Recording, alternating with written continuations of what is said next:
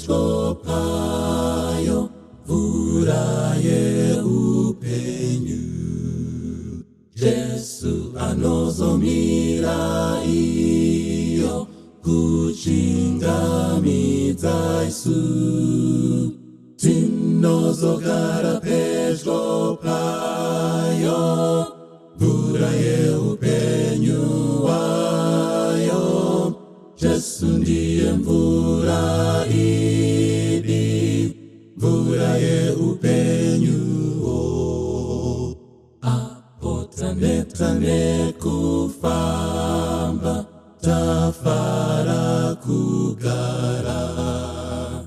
Uko mvura inowerera, tinoona simba. Tinozogara pedyo payo, mvura yeupenyu wayo. Jesu ndiye mvura idi, mvura yeupenyuo. Unde tosangana iyo, parwizi rwakanaka kudenga.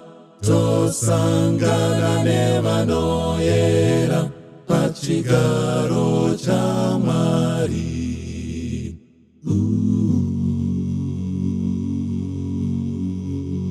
Ndizouya nyikuna Kristu, mvura yeupenyu. Munozora ruponeso rwagadzirirwa isu. Tinozogara pedyo payo, mvura yeupenyu wayo. Jesu ndiye mvura